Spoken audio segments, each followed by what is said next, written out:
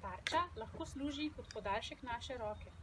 S pomočjo tarče žival naučimo, da se jo s smrčkom dotakne konice. Na ta način jo lahko povabimo, da iz razdalje pride do nas in morda skoči na višji prostor, da jo lažje pregledamo.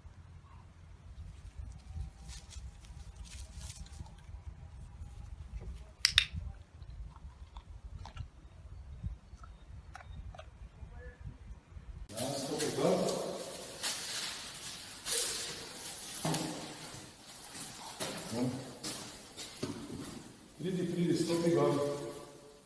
Tako, stopi. Vidno.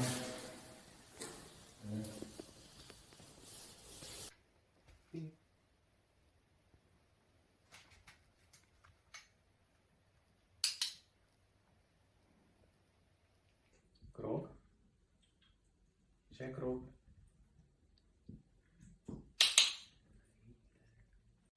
Pridi. Greva.